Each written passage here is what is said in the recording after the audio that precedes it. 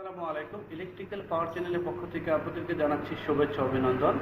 আপনারা যারা আমাদের কন্টিনিউ ভিডিওগুলো দেখতেছেন, আমি নিত্য নতুন ভিডিও করার চেষ্টা করি আপনাদেরকে উপহার দেওয়ার জন্য।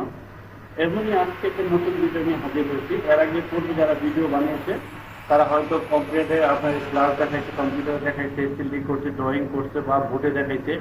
আজকে আপনাদের সোজা প্র্যাকটিক্যালি নিয়ে আসছি। অর্থাৎ আমরা যারা ইন্ডাস্ট্রিতে কাজ করি তাদেরকে প্র্যাকটিক্যালি দেখাবো, প্র্যাকটিক্যালি বোঝাবো যে ইন্ডাস্ট্রিতে এসডিবি এমডিবিগুলো কীভাবে কানেকশন করা থাকে, যেমন কীভাবে কানেকশন হয়ে থাকে, কীভাবে থ্রি পেজের লাইনগুলো কনভার্ট করা থাকে, কীভাবে থ্রি পেজ লাইনগুলো বিতরণ করা থাকে, যেমন আমরা থ্রি পেজ লাইন থেকে কীভাবে সিঙ্গেল পেজ লাইন নেব, সেই বিষয় নিয়ে আজকে আলোচনা করবো। দেখেন, আমাদের আলোচনার পূর্বে আমরা আমার পিছনে যে ভর্তি দেখতে পাচ্ছেন সেটা আমরা অনেকেই জানি কনজিউমার বা এসডিবি বোর্ড। অর্থাৎ এসডিবি ফুল মিনিং হচ্ছে যে সাব ডিস্ট্রিবিউশন বোর্ড।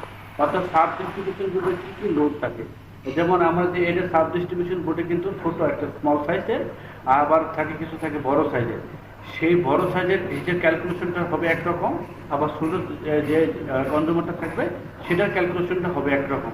যেমন আমার সামনে যে ডিবিটি দেখতে পাচ্ছেন সেই ডিবি এখন কনজিউমার বোর্ড। এই কনজিউমার বোর্ডে কিন্তু আমরা সর্বোচ্চ কত আরএম পর্যন্ত কেবল টানতে পারবো, যেমন সর্বোচ্চ আমরা 16 আরএম কেবল টানতে পারবো বা 10 আরএম কেবল টানতে পারবো। কিন্তু এটা কিন্তু সঠিক ক্যালকুলেশন হচ্ছে আমরা 10 আরএম এর কেবল টানতে পারবো, 32-এর ব্যাটারি ইউজ করতে পারবো।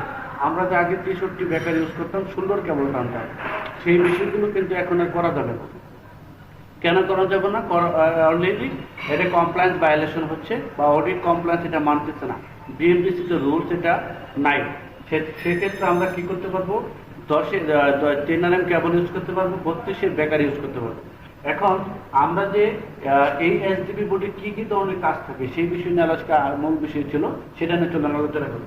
দেখেন, আমরা কিন্তু একটা কনজিউমার বক্সে, এটা 16-এর কনজিউমার বক্স, সেই 16-এর কনজিউমার বক্সে কিন্তু আমরা অলরেডি 16টাই ব্রেকার নিয়েছি। এই 16টার ব্রেকারের ভিতরে কিন্তু মেন থাকবে একটা, অর্থাৎ মেন ফেসটা হচ্ছে এটা টিপি।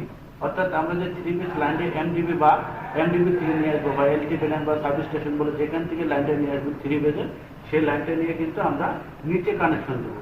অর্থাৎ নিচে কানেকশন দিব রেড ইয়েলো ব্লু। আমরা যদি রেড ইয়েলো ব্লু দিই সেইভাবে কিন্তু অর্থাৎ কানেকশন হয়ে যাবে। দেখেন, আমরা যদি এটা রেড ধরি, এটা রেড, এটা ইয়েলো, এটা কিন্তু ব্লু, আবার এটা red yellow blue, red yellow blue, red yellow blue. অর্থাৎ কিন্তু আমাদের টোটালি একটা কনভার্টে চলে আসলো। অর্থাৎ আমাদের দেখা গেলো মাঝখানে কি একটা ফেস পায় নাই বা রেড ফেস পায় নাই, সেক্ষেত্রে আমরা কি করবো? সাথে সাথে চেঞ্জ করতে পারবো বা দেখতে পারবো।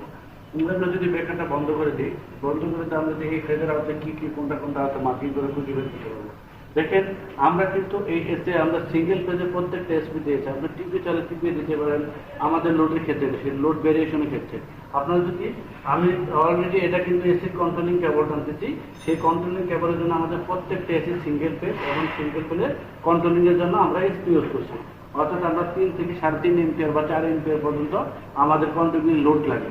সেক্ষেত্রে আমরা একটা হিসেব করে আরো 6 এম্পিয়ারের একটা এসপি দিচ্ছি। অর্থাৎ আমরা এর জন্য কি কেবল টানছি? 3x1.5 এর একটা কেবল টানছি। এই 3x1.5 এর কেবলটা হলো আমরা রেডটা নিচ্ছি। অর্থাৎ আমরা যদি রেডটা কানেকশন দেবো এখানে, অর্থাৎ রেডে কানেকশন দেবো, এই দেখেন এই সিঙ্গেল ফেজ এসপিতে রেডটা কানেকশন দিলাম, এটার একটা নাম্বারিং লাগবে। অর্থাৎ নাম্বারিং করার জন্য কেন? আমরা যদি কখনো রেড ফেজে যদি কখনো গন্ডগোল হয়, যখন একটা কন্ট্রোলিং এর এসিতে কন্ট্রোলিং প্রবলেম হচ্ছে, ও এই 10 নাম্বারটা 5 নাম্বারটা বা 2 নাম্বারটা একটা প্রবলেম হয়েছে, সেক্ষেত্রে আমরা সাথে সাথে কীভাবে খুঁজে বের করবো? তাহলে আমরা 1 নম্বর ব্রেকারটা বন্ধ করে দিয়ে আমরা 1 নম্বর যে নিউট্রালটা আছে সেটা দেখবো, নিউট্রাল আছে কিনা, সেটা আর্থিংটা দেখবো কীভাবে আছে কিনা। এই যে সুন্দর একটা ডিভাইস বা এটাকে বলা হয় এসএলডি। অর্থাৎ এসএলডি মানে কি? Single line diagram. আমরা যদি সিঙ্গেল লাইন ডায়াগ্রামের মধ্যে ফালায় আমরা যদি কাজ করি, সেক্ষেত্রে কিন্তু কাজটা সহজ হবে এবং কি যে কোনো সময় আইডেন্টিফাই করতে পারবো। এই বিষয়গুলো নিয়ে কিন্তু একটা এসডিবি বোর্ড গঠন করা হয়। অর্থাৎ আমরা নেক্সট ভিডিওতে আপনাদেরকে দেখাবো যে এই এসডিবি বোর্ডে কোথা থেকে পাওয়ার আসতেছে, এমডিবি বোর্ড থেকে এমডিবির যে পাওয়ারটা আসতেছে সেটা কোথা থেকে আসতেছে, বা এমডিবি বোর্ডের যে পাওয়ারটা এই এলটিতে আসতেছে, এলটি থেকে যে পাওয়ারটা এটা কোথা থেকে আসতেছে, সেই বিষয় নিয়ে আমরা নেক্সট একটা ভিডিও তৈরি করে আপনাদেরকে বোঝাবো ইনশাল্লাহ।